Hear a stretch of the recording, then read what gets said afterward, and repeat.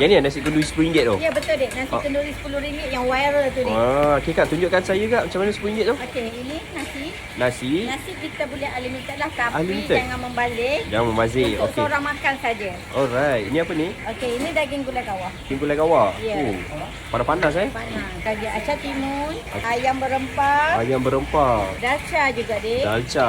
Okey. Ini yang paling best dek, Paling yang best. paling killer sekali. Daging masak hitam. Kita bagi ayam masak merah. Kita letak keropok sayur dek.